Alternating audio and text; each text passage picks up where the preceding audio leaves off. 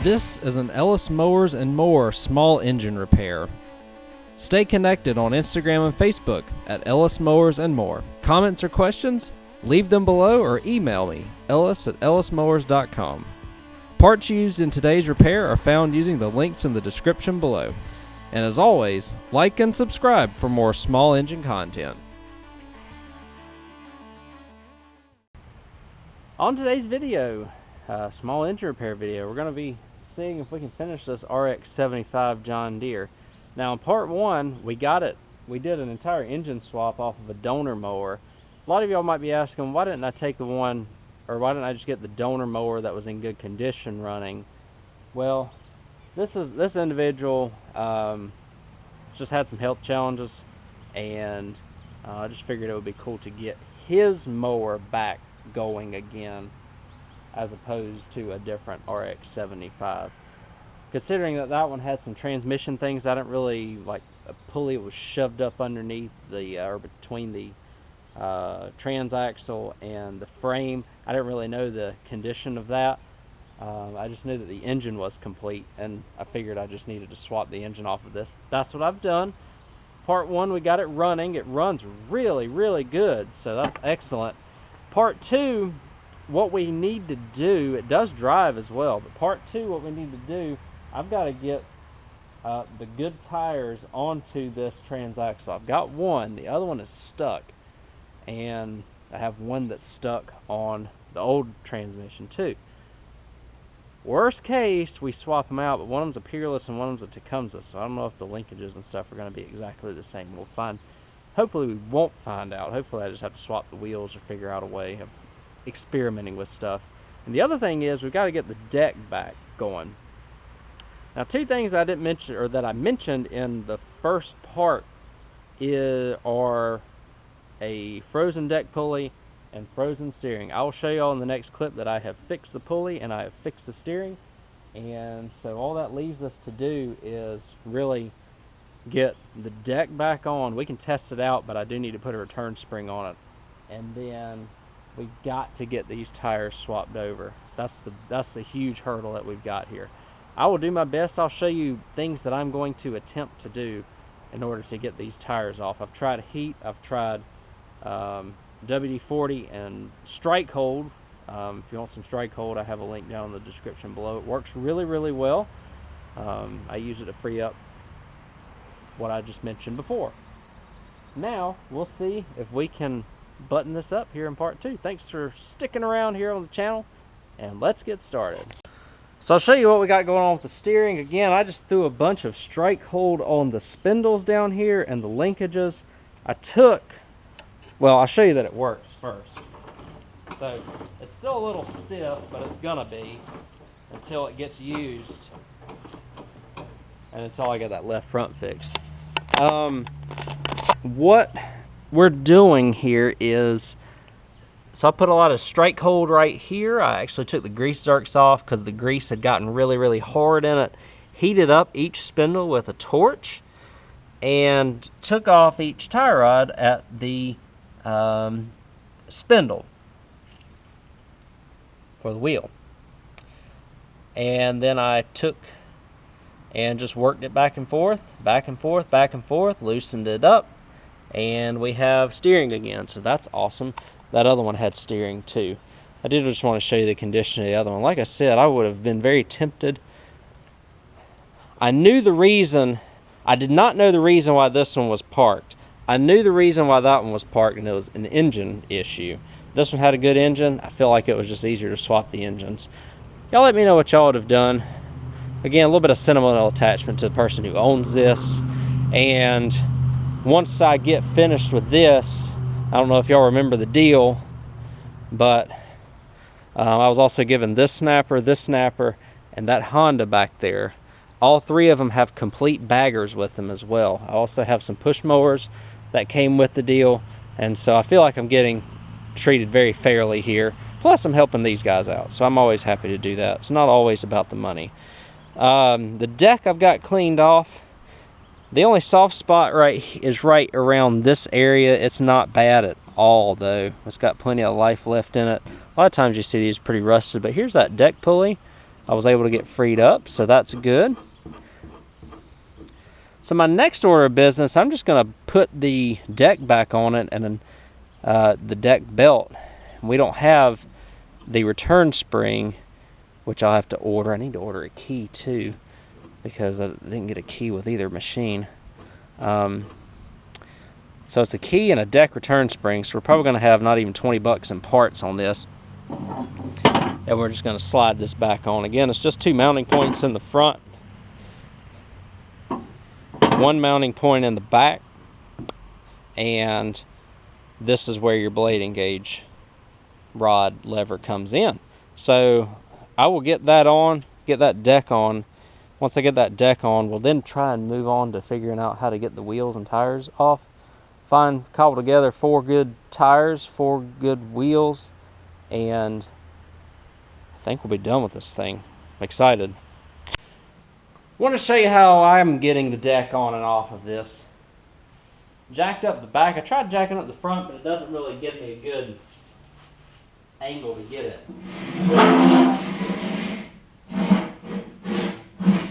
What that does is it gives you clearance on the back side so that you can slide everything in without having to take off all of this whole front assembly here.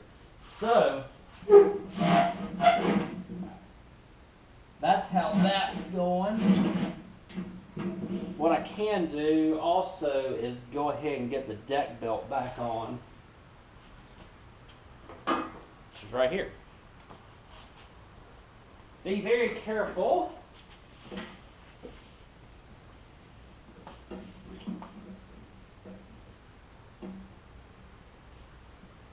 Remember, we still have the guide off as well.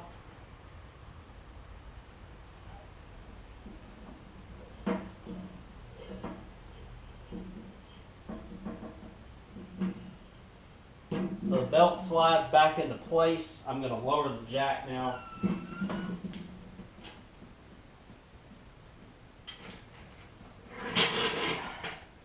Now,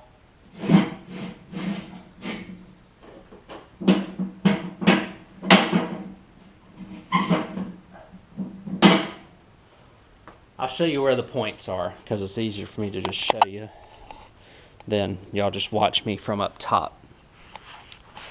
Your front mounting point is right there in the middle of your screen. Same on the other side. And then on this side, you have a mounting point wherever your blade engage is. Whoop.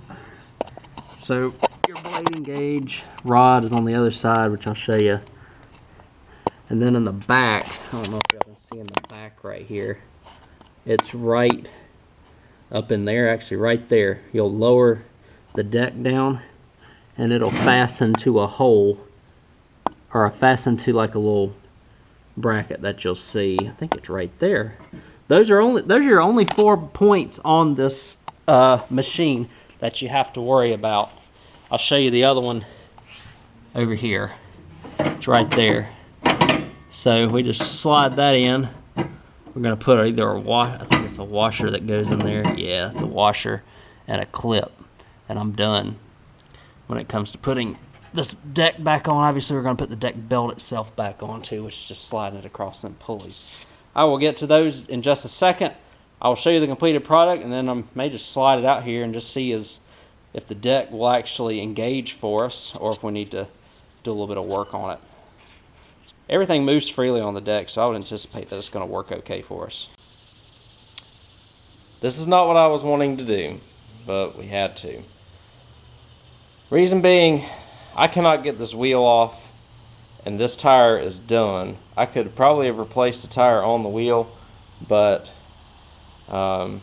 it's really not that difficult to throw a transmission in this, thankfully.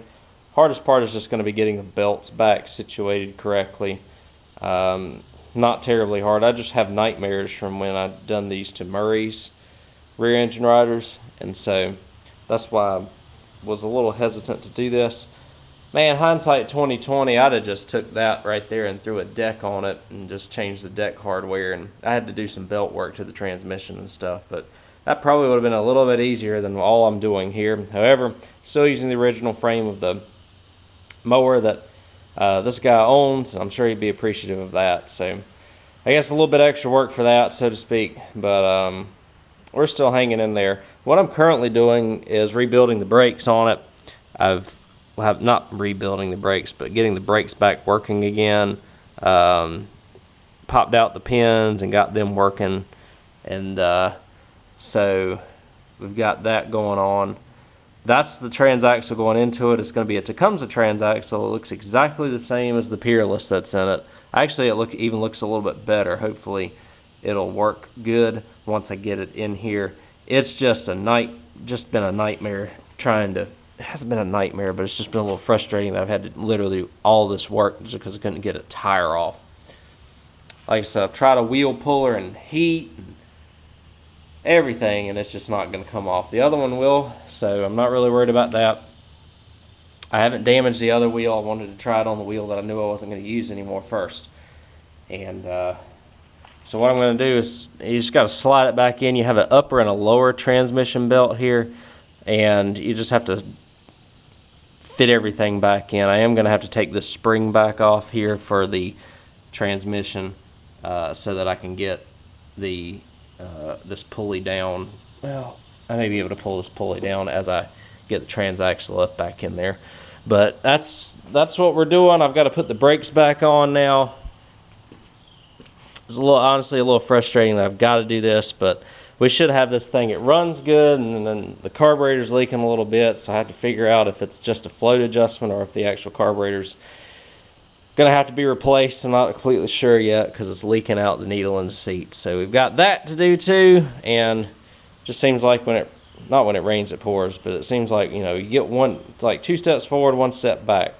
So let me get this transmission back in. I'm just gonna get it back down and get the nice tires on it, and I'm gonna see if we can I'm gonna maybe swap the front tires off of that one too. Like I said, hindsight 2020, I should have just took that one, but we're making progress. So I don't feel as bad about myself now than I did in the last clip. I think I know why this other machine was parked. And it was because of this transmission pulley. I don't know if y'all can see, it's damaged, but it's also like warped. So I don't know if y'all can see that on there. I have just swapped the transmission pulleys over. We've got the good tires on this transmission. The brakes are freed up. The good pulley is on, and so now I've just got to shove it all back in there, which is probably going to be the fun part, trying to get all the belts and stuff right. We'll try and do it with the deck on. Hopefully I don't have to take the deck off, but we'll see. Sorry I'm not really showing all of this. It's really difficult, and I'm learning as I go here. But because you have a 2-belt setup, you have the top belt here, then you have your bottom belt for the transmission, and you kind of have to make both of them work in sync. So, because these go up against like different pulleys and things along those lines. I'll do my best to show y'all once I get this transmission back in how everything hooks up, and then I guess we'll be good to go for a test drive and a test to test if the blades and everything work on it too, and hopefully we can get this thing done so we can move on to the next thing I got in here. This thing's holding up some stuff, so I want to get it out. This mower is out to get me, but I think I finally prevailed. I have one transmission bolt to put back in. I got it all back together. I put the top belt on backwards. Hopefully I'll save y'all from it, but make sure you put the belt underneath the part of the belt that comes on the bottom side of this pulley when you have the tractor tilted over needs to be the one that goes on top of a plastic pulley in there. I don't know if you can see it. And not the top part, because the belt spring tension works like that. Holy moly. If you have any better explanation, or if y'all need any better explanation of what I've done, feel free to reach out. I'm sorry if this has turned into a failure. It's been quite frustrating, and at this point I'm ready to get this project done because I need to get it out. So I'm going to tilt it back over. We're going to crank it and drive it up and get some lunch. So another day brings a little bit more happiness, I guess. I don't know how much I filmed. I was a little frustrated with the whole transmission situation. I have gotten that fixed. The deck is back on it. Again, if you have any questions about what I did, I can always do my best to answer them for you. I don't know how well I'll be able to answer them, but I'll do my best. I got a couple of tires cooking. This one right here is actually holding air pretty good. We may have to leave that one on here. This one has a tube in it, but it's basically flat anyways and has no tread. So what I have done is I've actually tried to pit a couple of tires off of another machine here. This tire right here is leaking at the bead, but this tire right here looks like it's going to hold okay, which is good. Got a bunch of transmission fluid and whatnot on it, and it is working. It's holding air for right now. So we're going to slap it on the left front of the John Deere here. Here is what's left of the other one. All these discharge chutes and mulch covers and stuff are going to go back with this machine when it goes back to its owner. There is one thing that we have to do though. The carburetor is leaking just a little bit. I'm going to see if I can bend the float to make it not leak anymore. I did figure out that that cover right there goes right there. A little bit of a Tetris piece to try and figure out there. But all the covers are back on it. Everything is back securely fastened again. And I think there's enough gas in it. It may billow a little bit of smoke out, but I can at least show you that it runs, dries, and cuts, because I know y'all been waiting a while for this.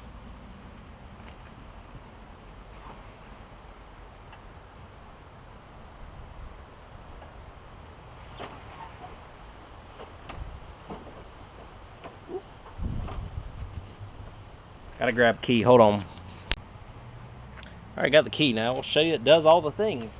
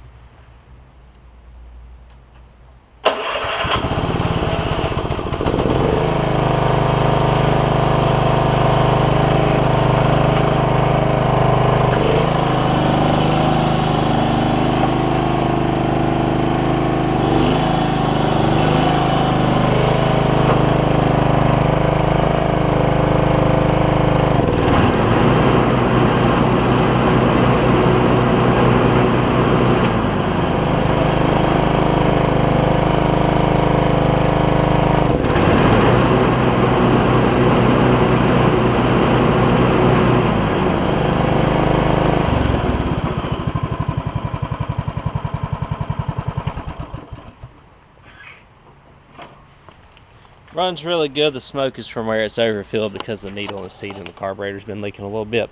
I have a couple of options for the carburetor. We're going to see if those work. The carburetor obviously is right here. I'm going to take the air filter off. I have another carburetor, and maybe that one will work okay. We'll find out and see what's going on with it. All right, we're going to get these bolts out here for the 10 millimeters. Let me let y'all watch on this side. A little bit of a clearance wise, a tad tricky, but it's just a couple of 10 millimeters. Nothing crazy. Worst case,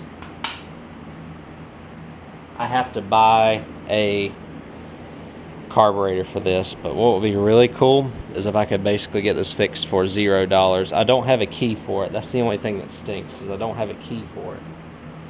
I'm going to ask the owner if they have a key or not.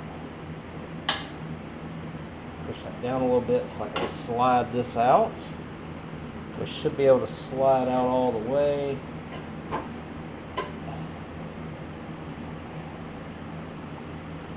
In that shroud down a little bit so that I can do it.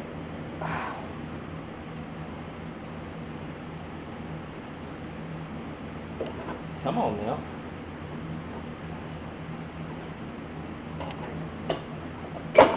There we go. All right. So we're just gonna pull it out again. Like I said, it was just leaking at the needle and seat just a tiny bit. We may be able to clean the needle and seat. I have a whole other carburetor that I can attempt on this as well. And let's see, this goes this way. We can look inside it just to see if there's an adjustment for the needle and the seat. I don't think there is, even though this is a pretty old machine. Let's see, screws. I'm not sure. Like I said, I do have one more carburetor that actually came on the other engine that I may attempt to try first before we do anything, since it's so easy to get the carburetor off. We'll try that. And if we're not getting any leaks from that, then we may change the oil and call it a day on it. Looking inside both of these, the needles looked okay, but the problem is I've got, you know, breaking down seals and stuff on the carb bowls, and this one right here was the donor one, and there's so much corrosion and stuff in there that I just don't know about it either. I could attempt to see if I can get some of the corrosion out of this, but I think what I'm eventually going to do is just get a carburetor for it. It'll be the easiest thing to do, I think. But we might try this, see if it does anything, get a little bit of the corrosion and stuff out of it, and like I said, see what happens when it comes to this. This setup's a little bit different, I think, because the jet's inside as opposed to on the side here. We know it ran really smooth with this one, but I just don't know if I can get the needle and seat to seal anymore on it. So we'll see what we can do here. It's got good blowage through the passageways, so might wire brush it up a little bit, slap the bowl back on, and a needle and seat. The needle and seat here for the one that it came off of, or from this carburetor, and just see what happens with it. I think we might be alright. We'll see. If not, I'm 25 bucks in on a carburetor. It ain't gonna be that big of a deal. Just for kicks, we'll try carburetor number 2, just so that we can see if this one will work. We're gonna put, let's see, the linkages are a little bit different here. That's kind of strange.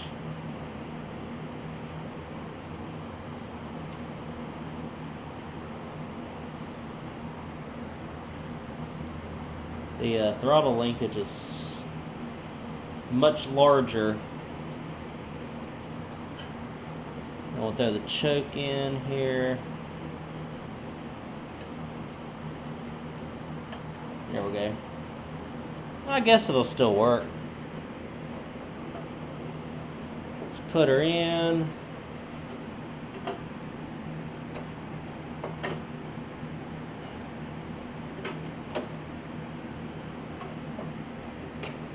Okay, throttle is still going to work all right. Seems like it.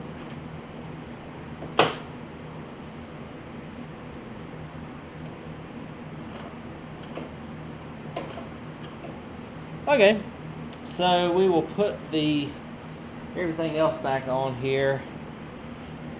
Actually, I'm going to go ahead and turn the gas. Well, I'll turn the gas on after I hook up the gas line. We'll just make sure that it's not just going to leak right off the bat. If so, we're not going to waste our time. We're just going to spend the 25 bucks and... Oh, it's leaking out the... Okay. Leaking out the... drain hole. Let me see if I can get a Phillips to get it plugged out.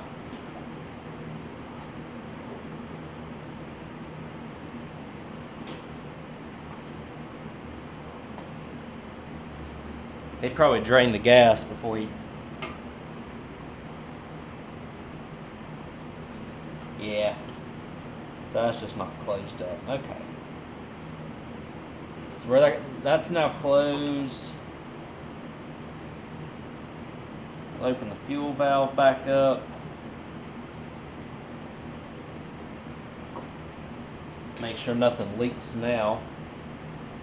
At least you know gas is getting into the bowl. So our problem is gas going out of the top of the bowl here. So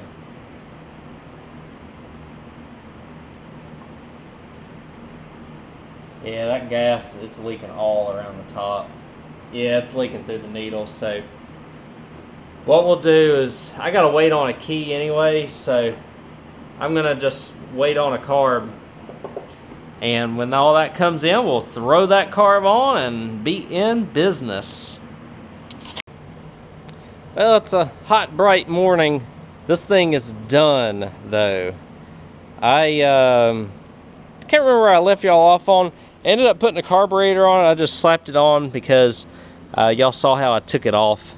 And I may have shown you how to put it back on. It's been a few days, but I just finished cutting the backyard with it. It works great.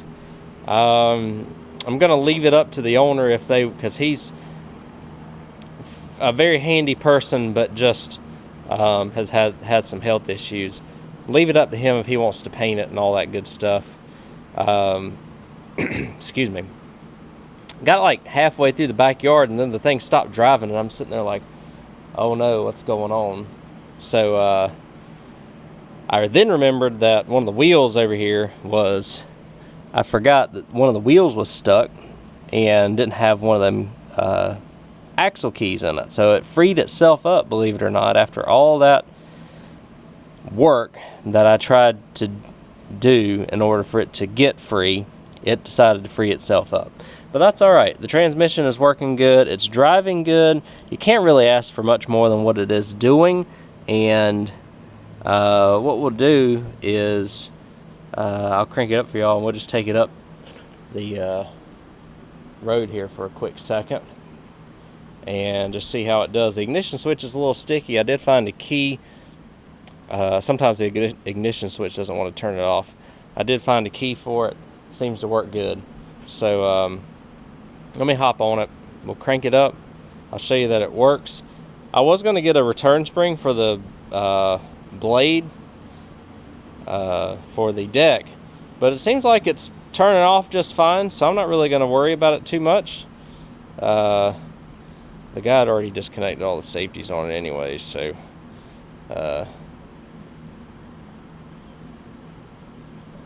and then the blade brake, like I said, it turns off within about 5 seconds still, so whatever's happening down there is happening okay. So let me crank it up here.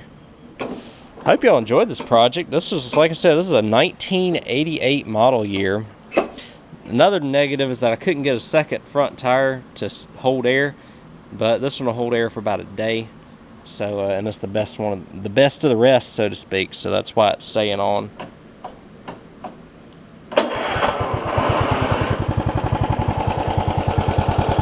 Couple clicks of the starter solenoid. New carb runs just as good as the old one, actually, so that's good.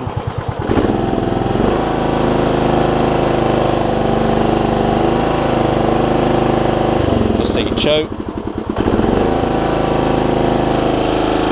Full throttle. Blade.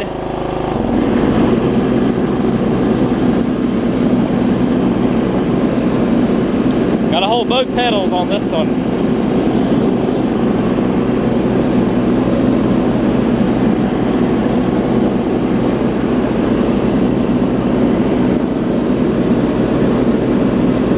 Runs really good.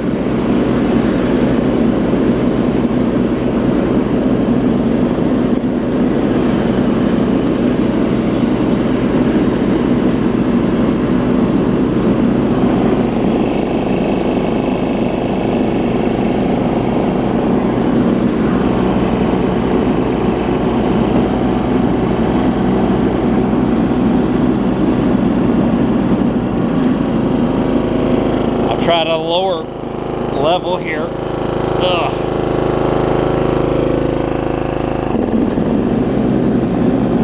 The belt's coming in good.